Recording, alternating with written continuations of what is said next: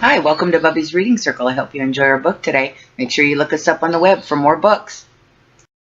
You want to read a book? Say yes, Mom, I want to read a book. Good girl. Yeah, let's go read a book. Okay. For all the grandbabies, and a special shout out to Bandera Library for the books today. Thank you very much, guys. Wild About Books by Judy Sierra, pictures by Mark Brown. It started the summer of 2002 when the Springfield librarian, Molly McGrew, by mistake drove her bookmobile into the zoo.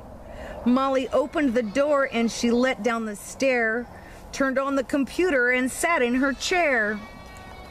At first, all the animals watched from a distance, but Molly could conquer the strongest resistance. By reading aloud from the good Dr. Seuss, she quickly attracted a mink and a moose, a wombat and oryx, a lemur, a lynx, 8 elephant calves, and a family of skinks. In a flash, every beast in the zoo was stampeding to learn about this new something called reading.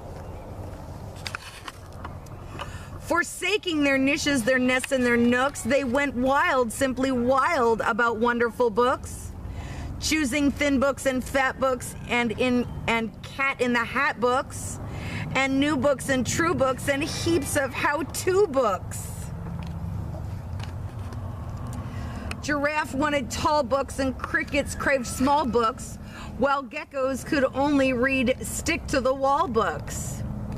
The pandas demanded more books in Chinese. Molly filled their requests, always eager to please. She even found waterproof books for the otter, who never went swimming without Harry Potter. Raccoons read alone and baboons read in bunches, and llamas read dramas while eating their lunches. Hyenas shared jokes with red-bellied snakes, and they howled and they hissed till their funny bones ached. A tree kangaroo who adored Nancy Drew began solving mysteries right here at the zoo, such as, why were the Bandicoots books overdue? Gently, Molly taught lessons in treating books right, for the boa constrictors squeeze Crichter too tight. Baby bunnies mucked up Goodnight Moon with their paws. Giant termites devoured the Wizard of Oz.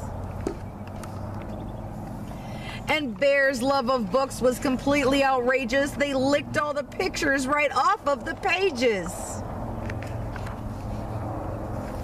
Tasmanian devils found books so exciting that soon they had given up fighting for writing. They made up adventures so thrilling and new that the others decided to be authors too. Pythons wrote with their tails, penguins wrote with their bills, and porcupines wrote with their very own quills. At the new insect zoo, bugs were scribbling in haiku. The scorpion gave each a stinging review. Look at, they're all writing their own stories. A cannibal twig silently devours a leaf eating, not eating. Pretentious. A dung beetle. Roll a ball of dung, any kind of poo will do, baby beetle bed. That stinks, said the scorpion. Dig for treasure in my enchanted castle. I'm in a rotten apple.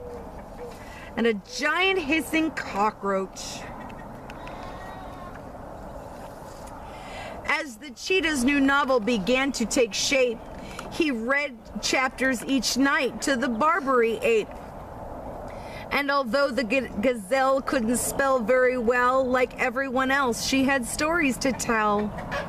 Imagine the hippo's enormous surprise when her memoir was given the Zulitzer Prize. With so many new books, Molly knew what to do. She hired 12 beavers, a stork, and a gnu to build a branch library there at the zoo. Then the animals cried, "We can do it ourselves. We can check the books out. We can put them on shelves." And they did, and they do, up to this very day. 3 cheers for the zoobrary. Hip, hip, hooray. When you visit the zoo now, you surely won't mind if the animals seem just a bit hard to find. They're snug in their niches, their nests, and their nooks, going wild, simply wild about wonderful books. The end.